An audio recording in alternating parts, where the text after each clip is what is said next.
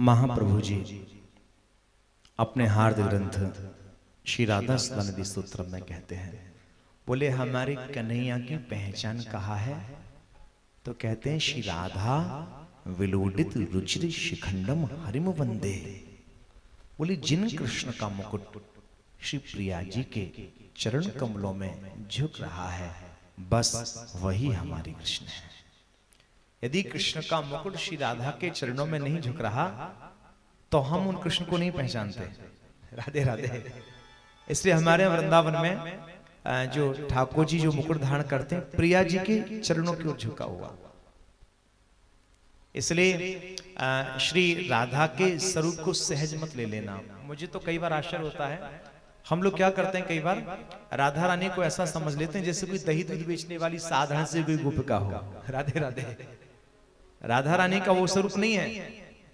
श्री राधा कोई साधारण दही दूध बेचने वाली गोपिका नहीं है।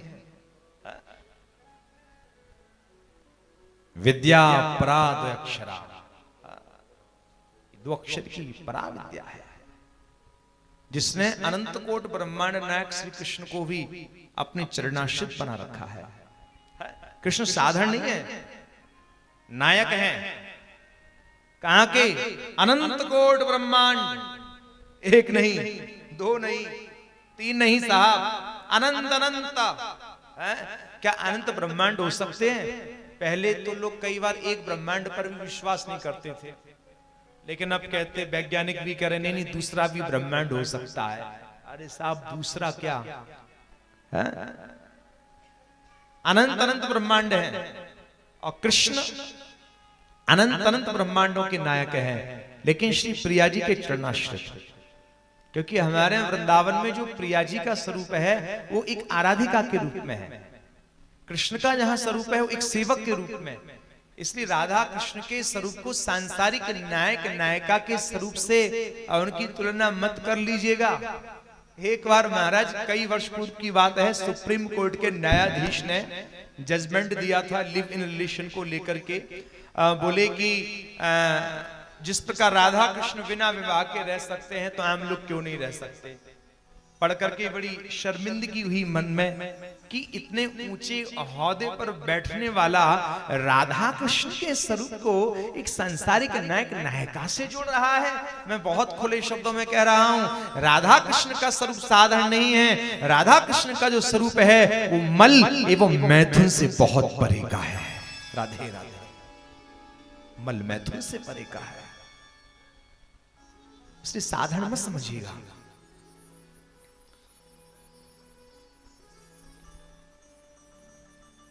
इसलिए तो हमारे वृंदावन में गादी सेवा है श्री प्रिया जी की। प्रिया जी की गादी सेवा। बांके बिहारी जी के बाजू में, राधा वल्लभ जी के बाजू में आपको प्रकट दर्शन श्री प्रिया जी का नहीं होगा। गादी सेवा क्यों? क्योंकि गुरु की तो गद्दी पूजे है। राधे राधे। और फिर हमारे यहाँ तो राधा कृष्ण का जो स्वरूप माना है वो एक ही माना गया, अलग अलग स्वरूप नहीं माना गया। एक और एक कितने होते हैं? 11। और एक 2। एक और एक 11 या एक और एक 2 या इससे ज्यादा? एक और एक 11 ठीक है, एक और एक 2 ठीक है, लेकिन एक और एक, देखो साहब, जगत वाले एक और एक 2, एक और एक 11 मानते हैं, लेकिन हमारे वृंदावन में एक और एक यानी एक ही है। प्रेम गली अति सांकरी जामे दोए न समाए। इसलिए राधा कृष्ण का एक ही स्वरूप। ध्रुवदास जी महाराज कहते हैं हमारे यहाँ, रूप बेल प्यारी बनी प्रीतम प्रेम तमा। रूप बेल प्यारी बनी प्रीतम प्रेम तमा। रूप बेल राधा वल्लभ लाल, तो मन मिल एक ही भय। राधा वल्लभ लाल, राधा वल्लभ लाल, राधा वल्लभ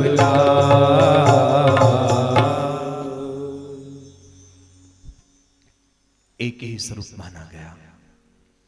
खैर मैं इस चर्चा में अभी नहीं जाऊंगा, क्योंकि अभी तो कथा को प्रथम दिवस है, ये तो बहुत आगे की बात है साहब। हमें तो भी यहाँ केवल अन्य और भी चर्चाएं करके नैमित्तिक कृष्ण लीलाओं तक पहुंचना है। और वृंदावन की जो उपासना मार्ग है वो नित्य उपासना मार्ग है। दो प्रकार की लीलाएं हैं, एक है नित्य लीला, दूसरी है नैमित्तिक लीला। आपके मन में भी कहीं ना कहीं अब चल रहा होगा, नित्य नैमित्तिक कहां से आ गए बीच में, है क्या नित्य और नैमित्तिक? नैमित्तिक बोलते हैं, कोई भी अन्यथा मत लीजिएगा, था थी थे। जैसे कि राम का जन्म हुआ था, रावण को मारा था, कृष्ण जन्म लेकर के आए थे, कृष्ण ने माखन चुराया था, कंस को पछाड़ा था, यानी कि उस समय लीलाएं करने के लिए आए थे और लीलाएं करके चले गए। भक्त कहता उन कृष्ण से हमें क्या लेना देना, वो तो आए थे और चले गए, हमें तो आज दर्शन करना है उनकी लीलाओं का। वो दर्शन कहां होगा? बोले नित्य स्वरूप में होगा। बोले नित्य स्वरूप कहते किसको हैं? जो सृष्टि से पूर्व भी जहां लीलाएं चल रही थी, सृष्टि के उपरांत भी चल रही हैं और महाप्रलय होने के पश्चात भी चलती रहेंगी, वह है नित्य लीला। इसलिए आचार्यों का कहना है किसका भजन करे? भजन ताही को कीजिए जो रस नित्य एक हो। बोले जिस तत्व के भजन से एक नई नूतनता, एक नया रस, कुछ नयापन हमको मिले, उस तत्व का भजन करना चाहिए।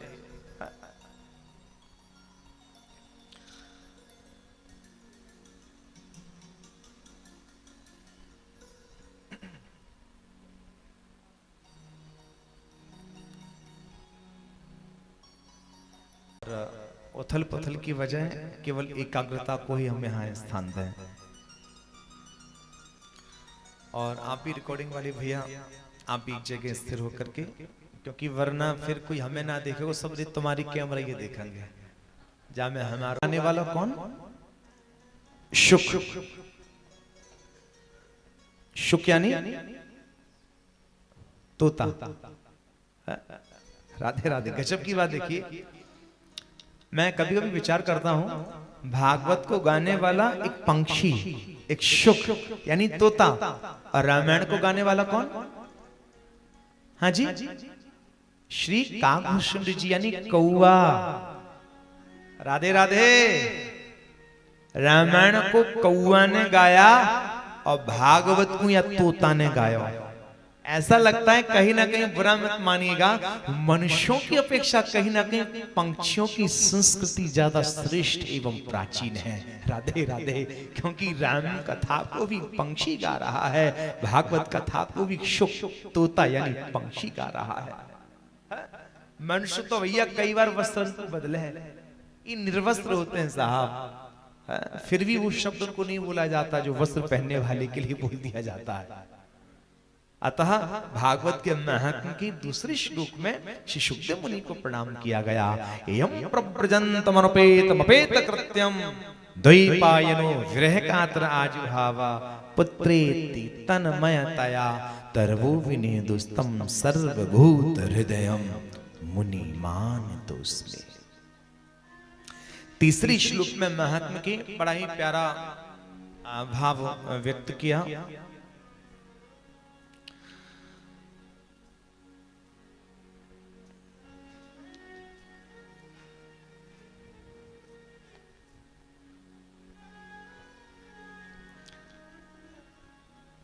सूत और शौनकादि ऋषियों का संवाद।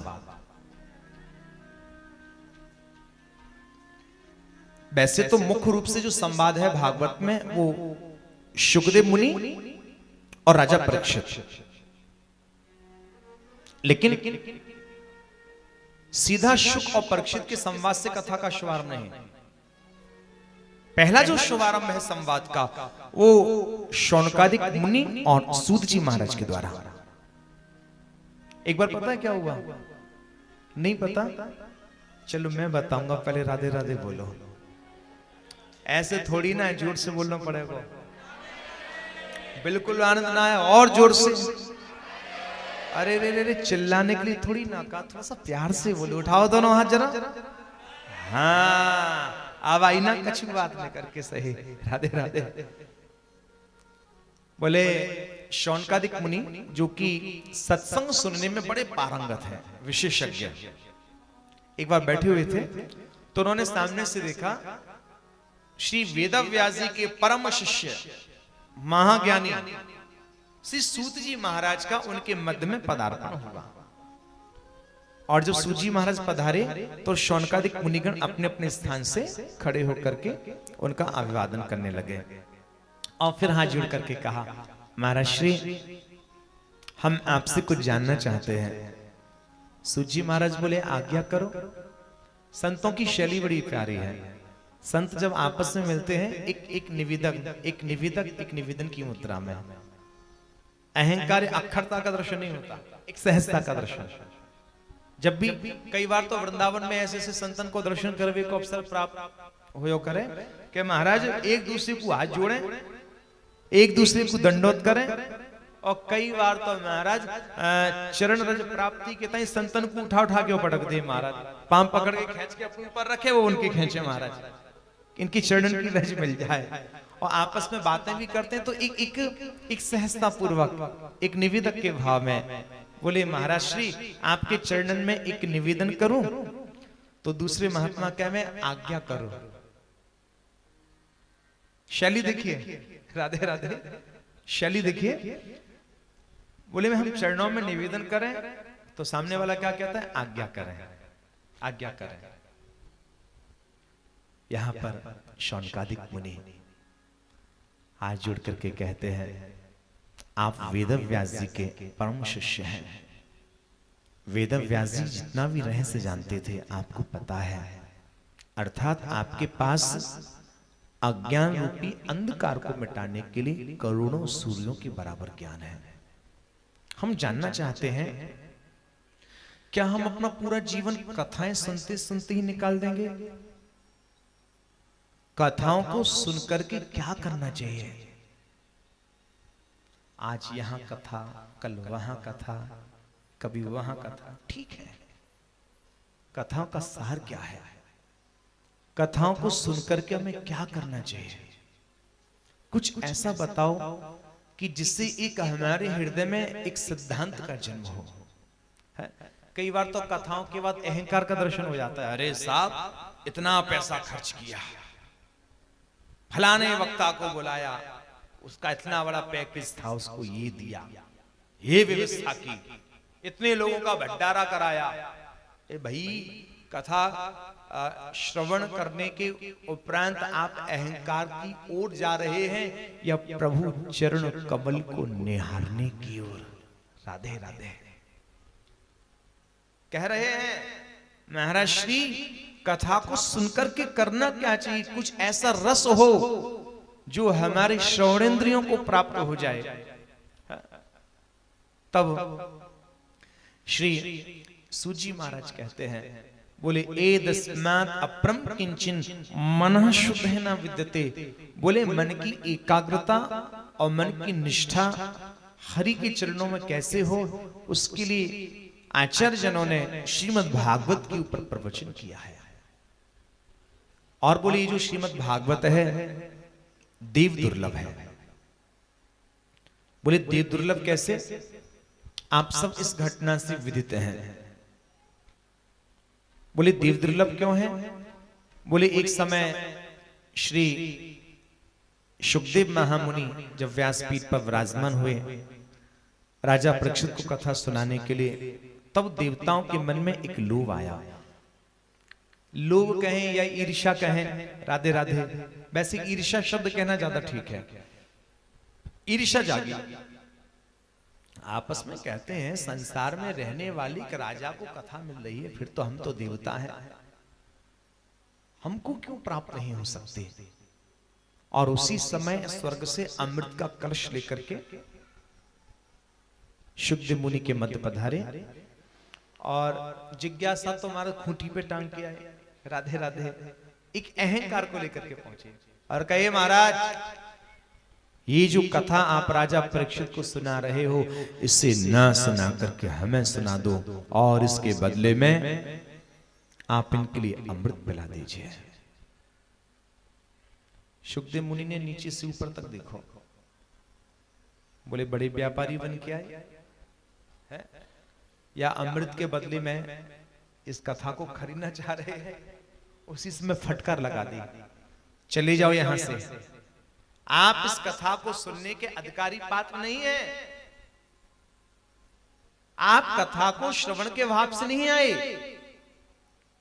आप एक व्यापारी बन करके आए हैं, खरीदना चाहते हैं उस कथा को।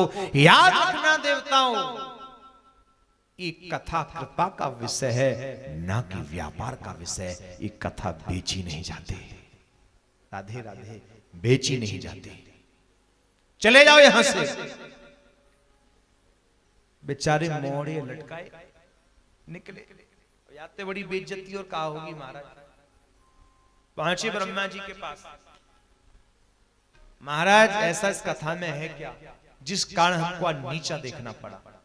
अब ब्रह्मा जी ने सोचा अब मैं कैसे बताऊं इनको, क्योंकि मैं भी जो सृष्टि करता हूं वो भागवत का आश्रय ही लेकर के किया करता हूं। अब इनको तो कुछ प्रकट दिखाना ही पड़ेगा, कुछ प्रैक्टिकल करनी पड़ेगा, तब इनके भेजे में बात आएगी।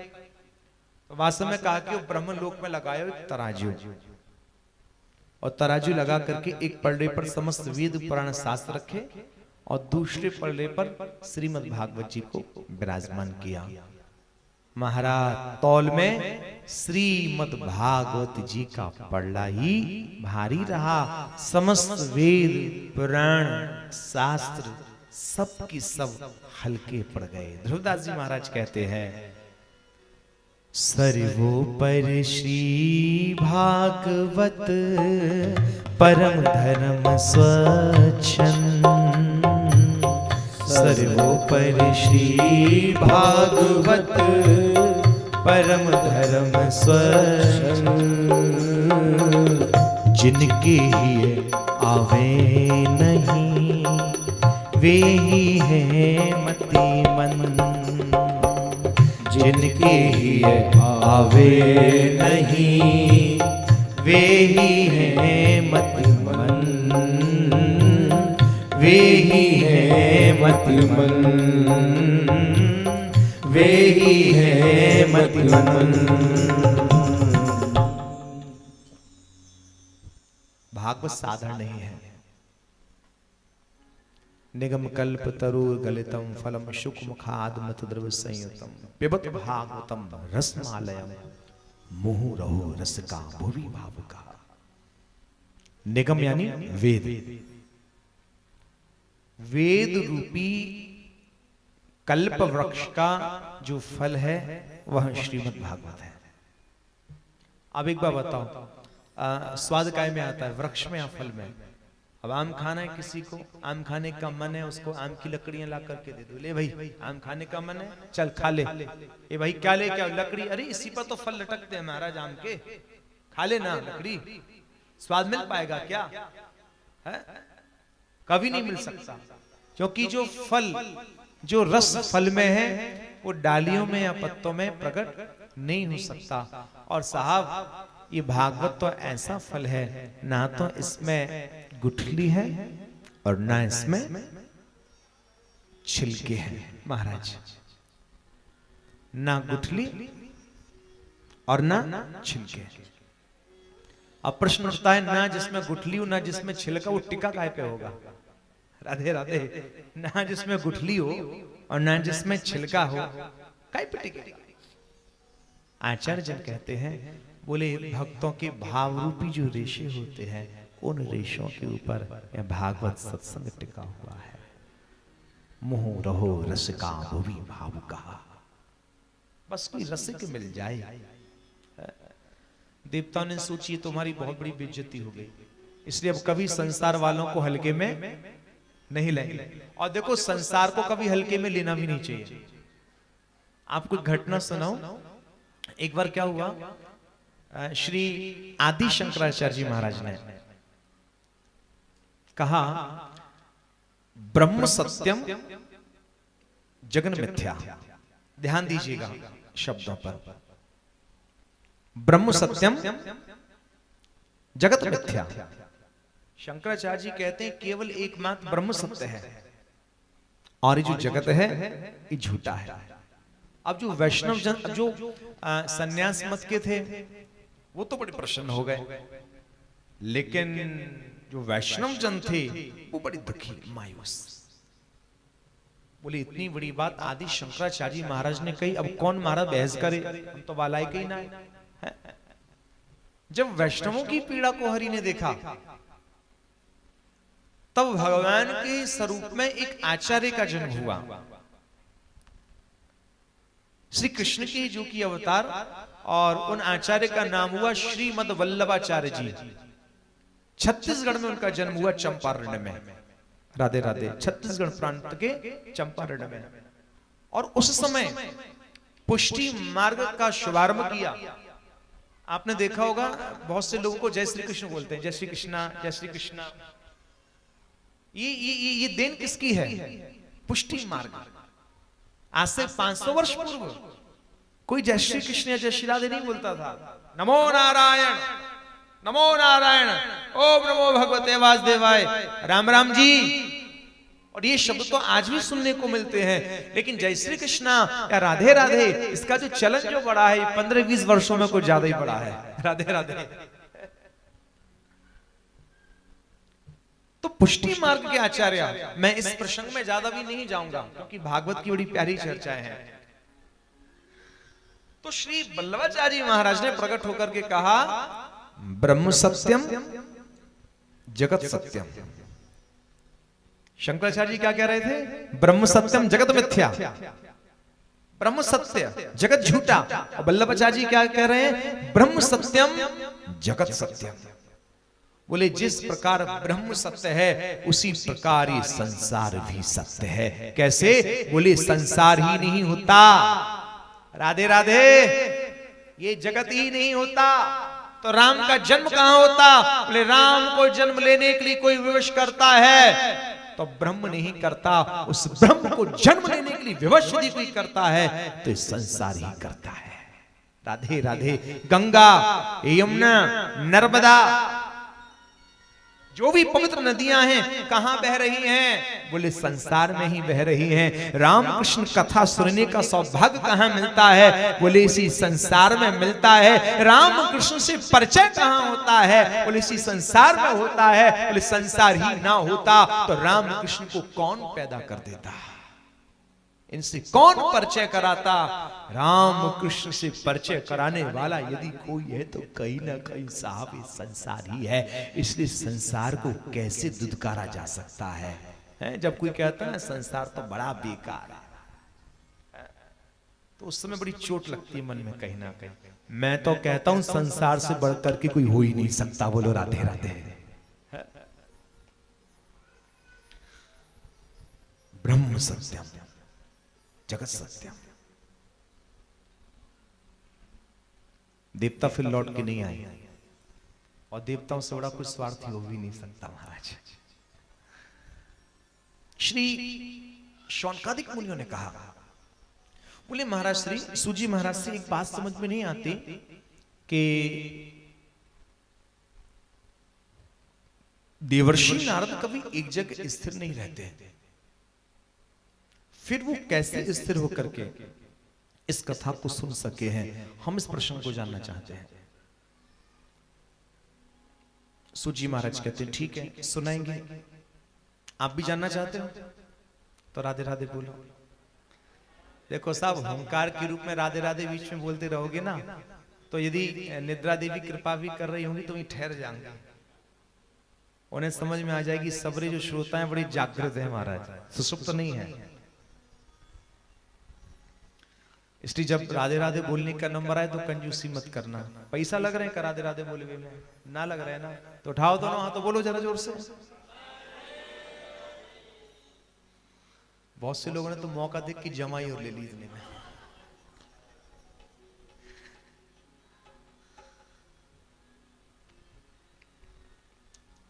सूजी कहते हैं एक बार ब्रह्मा जी के चारों पुत्र निर्मल ऋषि, सनक सनंदन सनातन सनत कुमार सत्संग के लिए एकत्रित हुए बैठे थे।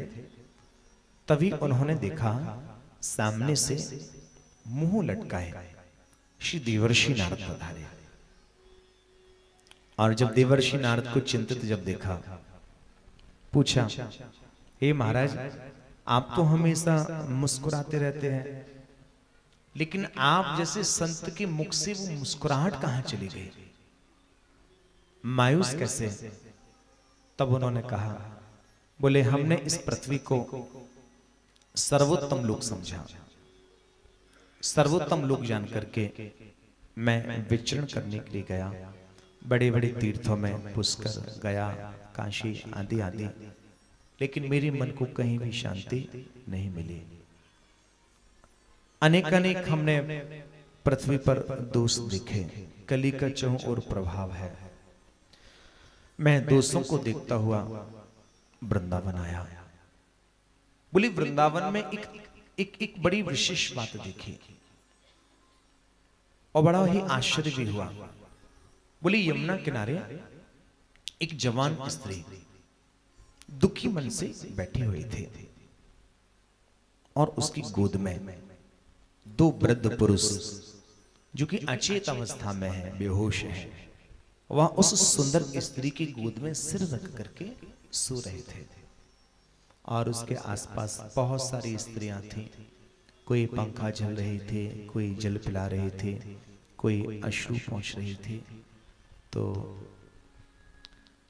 मैं कुतूहलवश वहां रुक गया। अब वो क्या, और भी कोई होता वो रुक जाता।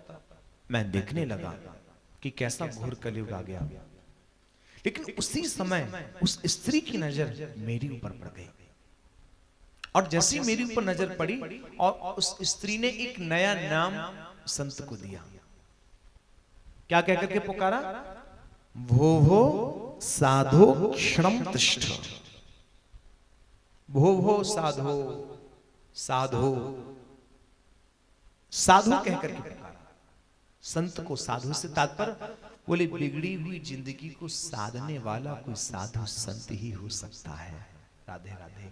इसलिए श्री नारद जी को संत को साधु कह करके पुकारा गया, यानी कि संतों को जो साधु नाम दिया वो भक्ति के द्वारा प्रदत्त है।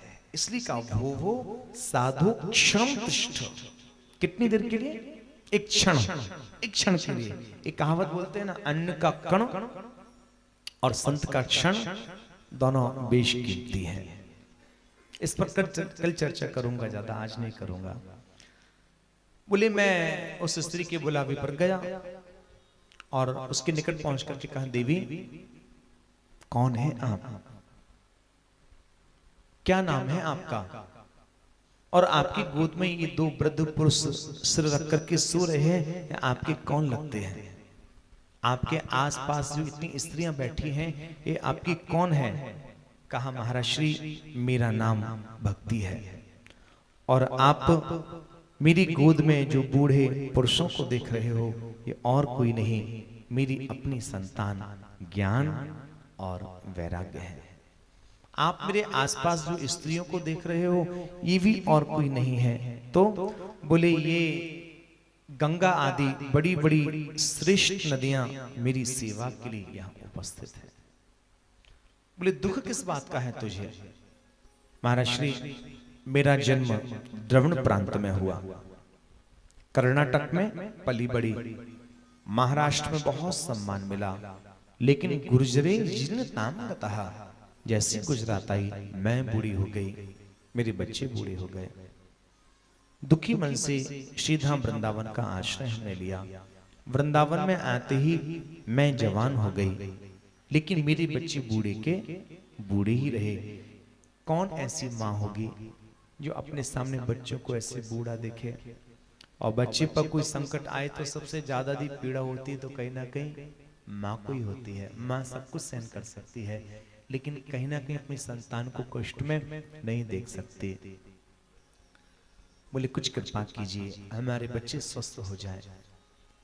तब नारद जी ने कहा चिंता मत करो देवी, मैं कुछ प्रयास करता हूं और वचन देता हूं यदि हमने तेरा घर घर में प्रचार ना करा दिया तो मैं नारद नहीं कहलाऊंगा।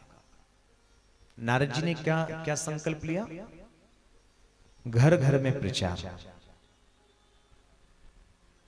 अब कोई माने ना माने, लेकिन मैं तो इस बात को मानता हूं। आज नारद जी का ही यह सद संकल्प कार्य कर रहा है। क्या वचन लिया? घर घर में भक्ति तेरा प्रचार।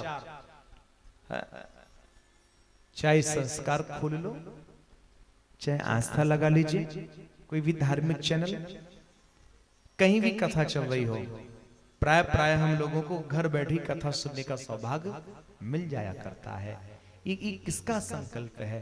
कहीं ना कहीं एक सच्चे साधु का संकल्प है। राधे राधे। ठीक है, वैज्ञानिकों के द्वारा संपादित है कार्य है, लेकिन पहले हम लोगों के जो वैज्ञानिक थे वो कहीं ना कहीं हमारे ऋषि मुनि ही तो थे। इसलिए हमें वैज्ञानिकों की बात बहुत अच्छी लगती है। वैज्ञानिक कोई भी तकनीकी लेकर के आते हैं तो ये जरूर बोलते हैं इस तकनीकी की हमने खोज की है। और खोज किसकी की जाती है? जो पहले से हुआ करती है। यानी कि आज जो भी है वो पहले का ही है वर्तमान में। इसलिए नारद जी ने कहा घर घर में तेरा प्रचार ना करा दिया तो बार बार ज्ञान वैराग्य के पास जाकर के आवाज लगाई, ज्ञान वैराग्य उठो जागो, नहीं उठे। फिर वेद ध्वनियां की, फिर भी नहीं उठे। गीता का पाठ सुनाया, गीता के पाठ को सुनकर के उठे तो सही, लेकिन जवाएं लेते हुए फिर सो गए। अब नारद जी बड़े परेशान, क्या करें? तब एक आकाशवाणी हुई।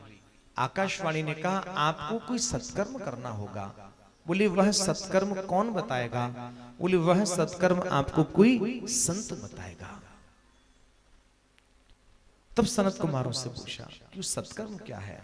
सनत कुमारों ने कहा वह सत्कर्म श्रीमद् भागवत की कथा है। आप ज्ञान वैराग्य के लिए श्रीमद् भागवत की कथा सुनवा दीजिए।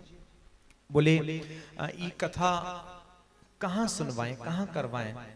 तो सनकादिकों ने सोचा विचारो सीधो सा महात्मा है नारद जी, तो अब कहां ये व्यवस्थाओं को देखेंगे, कहां टेंट वाले को खोजेंगे, कहां धर्मशाला भवन देखेंगे। बोले कुछ ऐसी व्यवस्था बताते हैं ना हर लगे ना फिटकरी और रंग चोखो है जाए। बोले एक काम करो, बोले हरिद्वार के समीप चले जाओ, आनंद नाम का एक सुंदर तट है गंगा का, वहां श्रोताओं को बैठने के लिए सुंदर सुंदर कोमल बालू बिछी हुई है। अलग से आपको टेंट के गद्दे नहीं बिछवाने पड़ेंगे। राधे राधे। बढ़िया कोमल बालू है और बड़े बड़े छायादार वृक्ष हैं, इसलिए आपको शामियाना भी नहीं लगवाना पड़ेगा। इस प्रसंग से स्पष्ट हो रहा है कि कहीं ना कहीं पहले भी सत्संग कथा भागवतों के लिए व्यवस्थाओं के प्रति ध्यान दिया जाता रहा है। राधे राधे। तकनीकी में अंतर हो सकता है आधुनिकता के कारण, लेकिन व्यवस्थाओं पर पहले भी ध्यान दिया जाता था। वरना ये बोल देते काऊ पहाड़ की चोटी पे बैठ के सुन लियो कथा, नहीं है। बोले गंगा किनारे जाओ, कोमल बालू है, बैठने के लिए श्रोताओं को असहजता नहीं, असुविधा नहीं होगी। छायादार बड़े बड़े वृक्ष हैं। बोले महाराज ठीक है कथा तो वहां हो जाएगी, लेकिन सुनेंगे किसके मुख से कथा? बोले वक्ता का चयन करने का कार्य अब आपका है, आप चयन कीजिए। अब बोले महाराज कहां ढूंढेंगे वक्ता? अब आजकल की तरह जमाना तो था नहीं, क्योंकि आजकल तो वक्ताओं की पहले परीक्षा होती है। वक्ताओं को जो हम लोग बुलाते हैं बड़े सोच समझ करके, लायक है कि नहीं। पहले तो 10-5 वक्ताओं की कैसेटें मंगाएंगे, या आप बोलेंगे महाराज यूट्यूब में आप हैं कि नहीं, पहले आपको सुन लें जरा। पहले परीक्षाएं लेते हैं आयोजक लोग, फिर घर के लोग, फिर बहुत से फिर अपना अपना प्रस्ताव रखते हैं। अरे हमारे गुरु जी से करा लो, अरे हमारे महाराज जी से करा लो। अब वो बड़ा असमंजस में, चलो भैया सबकी रिकॉर्डिंग मंगाओ, हम लोग सुनेंगे पहले, इसके बाद। अब नारद जी ने सोचा अब कहां भटकेंगे हम। तब श्री सनकादिकों ने कहा हे नारद जी, वक्ता चयन करने का कार्य तो आपका है, हम नहीं बता सकते हैं। तब श्री नारद जी ने कहा ठीक है, कहां ढूंढेंगे? आप ही व्यासपीठ पर बैठ करके हमको इस कथा से लाभान्वित कीजिए। तब जो सनत कुमारों में जो ज्येष्ठ हैं, बड़े हैं, वह व्यासपीठ पर विराजित हुए हैं और उन्होंने कथा के महत्व को कहना आरंभ किया। जब कथा के महत्व को कहना आरंभ किया तो भक्ति अपने दोनों पुत्रों के संग आज वहां उस सभा मंडप में प्रकट हो गई। अब प्रकट होकर के तरुण अवस्था को प्राप्त करके कहा मैं कहां बैठे जाऊं। तब नारद जी ने सोचा कहां बैठाऊं यार। तो नारद जी बोले तू एक काम कर, यहाँ जितने भी श्रोता बैठे हुए हैं उन सब के हृदय में जाकर के अपना स्थान जमा ले। भक्ति ने कहां स्थान जमाया अपना? कथा सुनने वाले श्रोताओं के हृदय में। या कि जो दोनों जो छोरा है ना ज्ञान वैराग, ये भी जवान हो गए बूढ़े से, है क्या सुन करके जवान हुए? भागवत कथा। ओ अब आया राज समझ में। कथाओं में बड़ी बुजुर्गों की संख्या क्यों होती है? राधे राधे। अब सीधा सीधा सा प्रसंग है, इससे ज्यादा स्पष्टता और क्या होगी? जो ज्ञान वैराग्य वृद्ध अवस्था को प्राप्त हो चुके थे वो कहीं ना कहीं इस कथा को सुन करके जवान बने हैं। तभी तो भैया कथा में बड़ी बूढ़ी ज्यादा आया होगा। बहुत से कहो ना कथा सुनबो तो बड़ी बूढ़ी को काम है। राधे राधे। अब ये राज समझ में आयो, बोले कथा सुनवे तो जवानी आ जाए है। जब कोई जवान ही कथा सुन लेगो तो मूल लगे कभी वो बूढ़ो हो ही ना है। हाँ बात ही नहीं है। बात यह है कि हरि कथा श्रवण करने से मायूस मन हरि भजन करने के लिए चैतन्य बन जाया करता है। हमारा हृदय हरि भजन के लिए युवा हो जाया करता है। कि भक्ति सुतौ तौ तरुणौ गृहीत्वा प्रेमई के रूपा सहसा विरासीत। श्री कृष्ण गोविंद हरे मुरारे नाथेति नामानि मुहुर्वदन्ति। हरि नाम आराधित करते हुए आज भक्ति प्रकट हुई है और भक्तों के हृदय में अपना इसने आसन जमाया है। श्री नारद जी कहते हैं आप एक बात बताइए, इस कथा को केवल कोई महद पुरुष संत विद्वत जन ही सुन सकते हैं या अन्य और कोई भी? तब श्री सनत कुमारों ने कहा नारद जी बड़ा से बड़ा पापी क्यों ना हो, बड़ा से बड़ा पापी भी यदि इस कथा को सुन लेता है तो उसका भी कल्याण हो जाया करता है। बोले इस विषय में एक आख्यान आपको सुनाते हैं। बोले एक तुंगभद्रा नदी के किनारे एक सुंदर नगर था। उस नगर में एक आत्मदेव नाम के ब्राह्मण रहा करते थे। धुंधली नाम की उनकी सुंदर पत्नी भी थी। धन धान की कहीं कोई कमी नहीं, लेकिन संतानहीन है। एक दिन दुखी मन से एक सरोवर के किनारे बैठे थे आत्मदेव जी। तभी एक सन्यासी महात्मा का वहां से पदार्पण हुआ। सन्यासी महात्मा ने जब इस उदास चित्त वाले पुरुष को देखा तो रुक गए। कहा आप क्यों खिन्न है? तब कहा मैं अपने दुख का कारण कहां तक बताऊं? कैसे? बोले मैं अपने घर में जो भी फल लेकर के आता हूं उसका रस सूख जाता है, जो भी पौधा लाता हूं मुरझा जाता है। गाय पाली वह भी बांझ हो गई, यहां तक कि मेरे यहां संतान नहीं है। तब श्री सन्यासी ने इनकी मस्तिष्क की रेखाओं को पढ़ करके कहा विलाप करने में कोई फायदा नहीं, कारण एक क्या आपके तो 7 जन्मों तक संतान का युग नहीं। तब कहा महाराज श्री जिस घर के आंगन में बच्चे की किलकारी ना गूंजे वो घर का आंगन कहीं ना कहीं सूना सा लगता है। मैं ऐसा जीवन जी करके क्या करूंगा? आपके चरणों में ही अभी सर को पटक पटक करके अपने देह को त्याग दूंगा। अब सन्यासी ने सोचा अब यह ब्राह्मण की मरी हत्या मेरे ऊपर ही चढ़ जाएगी, क्या करें? तो उस समय उस सन्यासी महात्मा ने अपनी झोली से एक फल निकाल करके दिया और कहा अपनी प्रेयसी पत्नी को खिला देना, छोरा हो जाएगा। ये बड़ा खुश होकर के आया और अपनी प्रेयसी पत्नी को धुंधली को फल दिया। कहा भगवान यार तू खा ले, क्यों छोरा है जाएगा। ये बोली फल खाए भी थे छोरा हो जो करे। महात्मा जी ने दियो है। अब महाराज तो सर पे मारने लगी।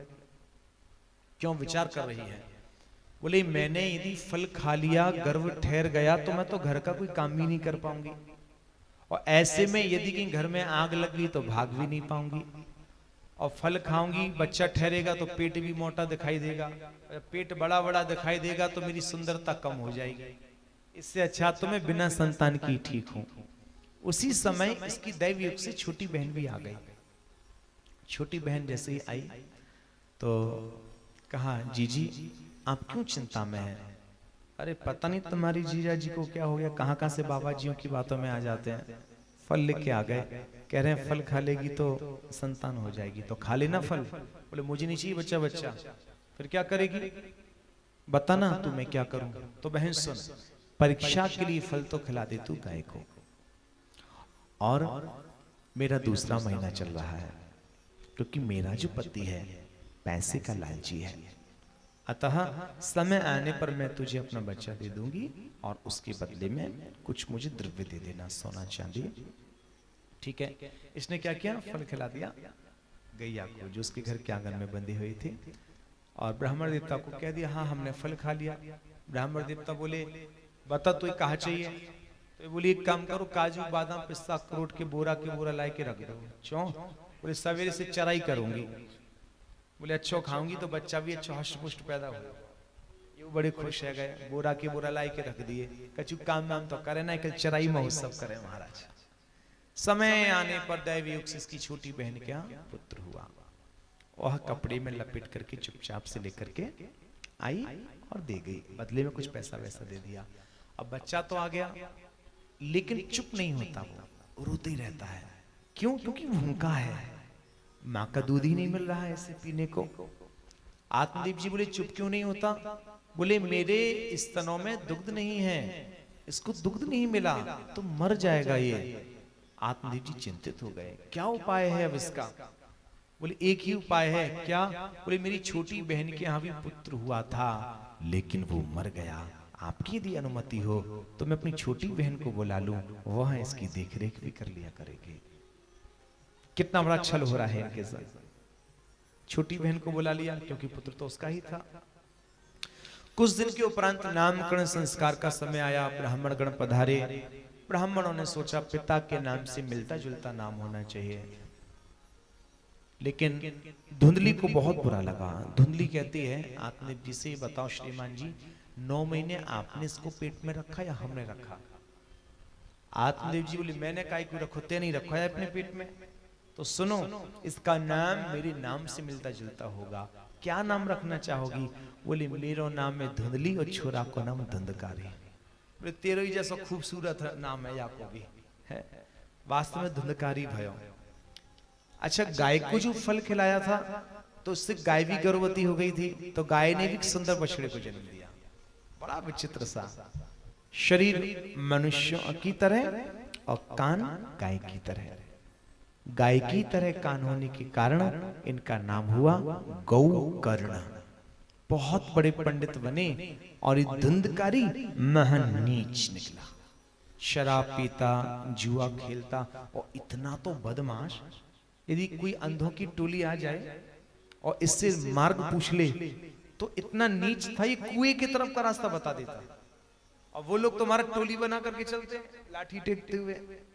अब एक एक करके जा में कुआं में टप पे टप गिर जाए, फिर ये ठाके लगा के हंसे। ऐसी देती इसकी बुद्धि। और फिर क्या करता, ऊपर से पत्थर और फेंक दिया करता। एक दिन पहुंच गया अपने पिताजी के पास, कहता पिताजी मुझे द्रव्य चाहिए। क्या करेगा पैसे का? कल ही तो दिया था। बोले चाहे जुआ खेलूं, शराब पीऊं, जो भी करो, आपको पैसा देना होगा। आत्मदेव जी ने मना कर दिया।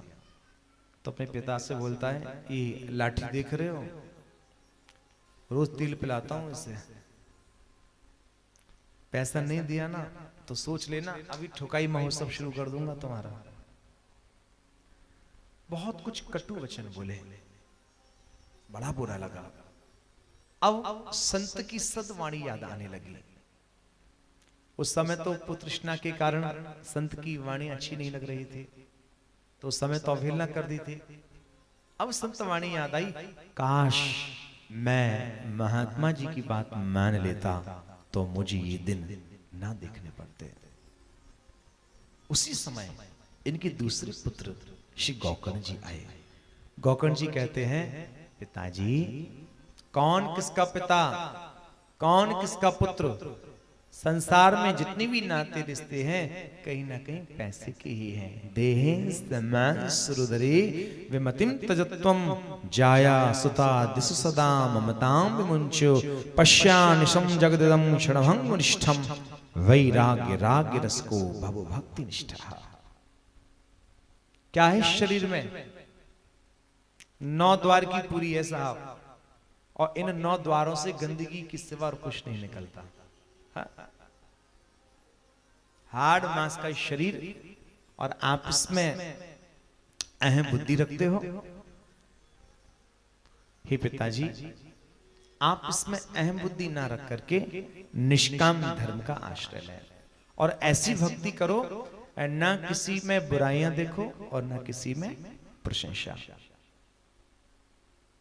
आज अपने पुत्र के द्वारा उपदेश इतने प्रिय लगे कि आज इन्होंने गृहस्थी छोड़ने का अपना मन बना लिया। एक हमारे यहाँ बड़ा प्यारा रसिया गाते हैं ब्रिज में, इसी देह को लेकर के, आप सुनना चाहोगे? है?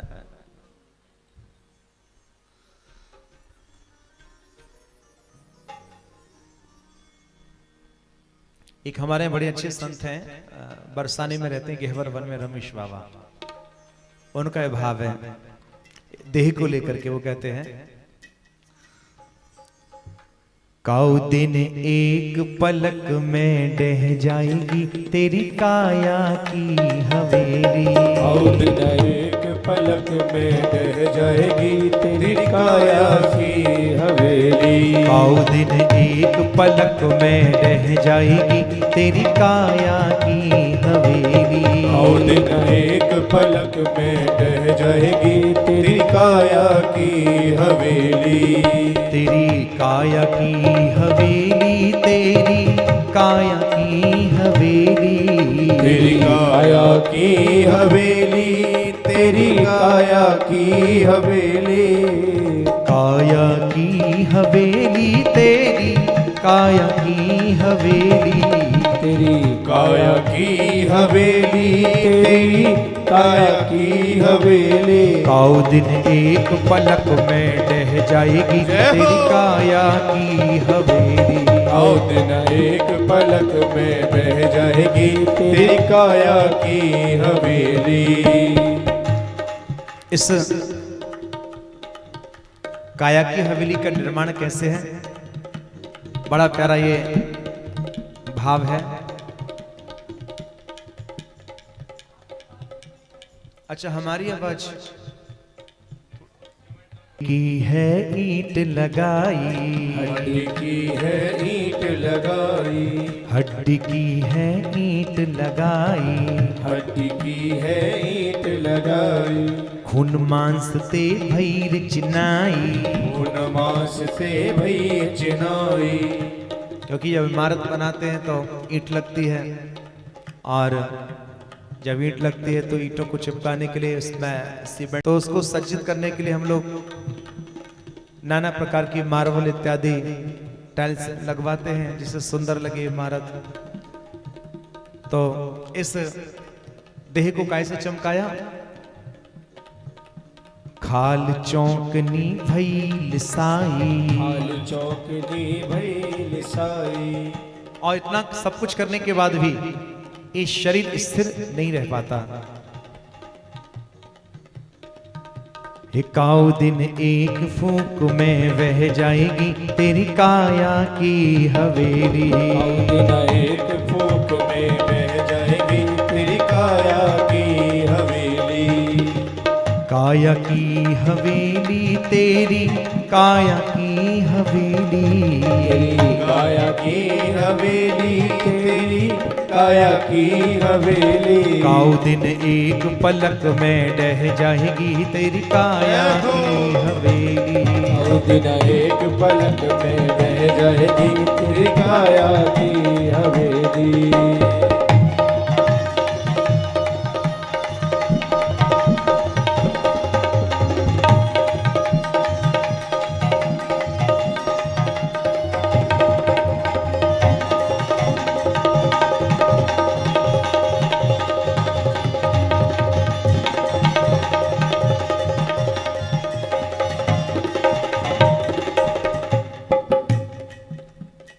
आगे कहते हैं इस शरीर से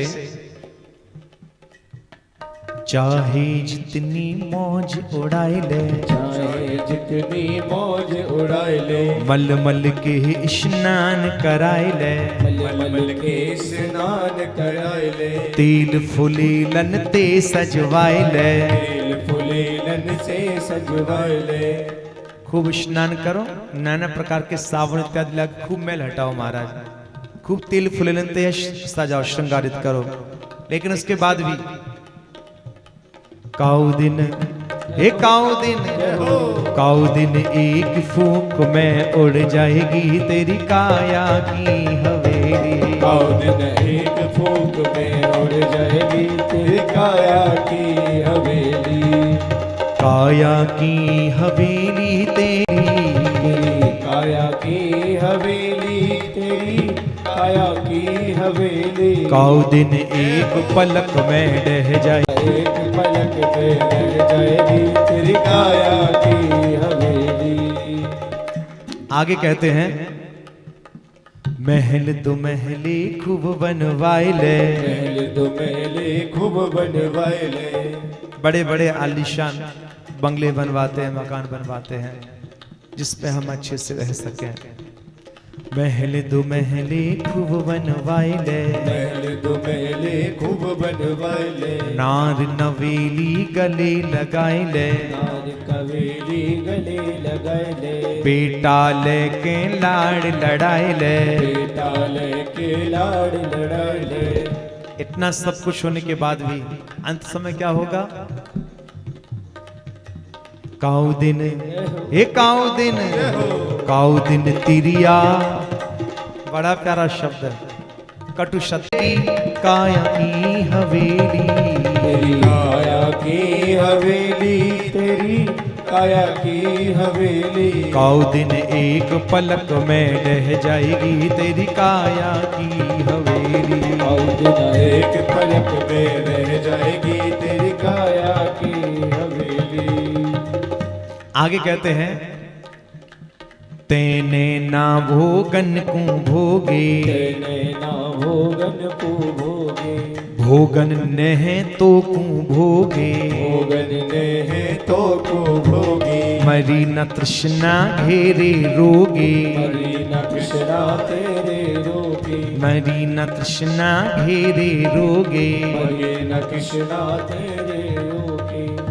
हे काऊ दिन नाम निशानी मिट जाएगी तेरी काया की हवेली। काऊ दिन नाम निशानी मिट जाएगी तेरी काया की हवेली। काऊ दिन नाम निशानी मिट जाएगी तेरी काया की हवेली। काऊ दिन एक फूंक में बह जाएगी तेरी काया की हवेली। तेरी काया की हवेली, तेरी काया की हवेली। तेरी काया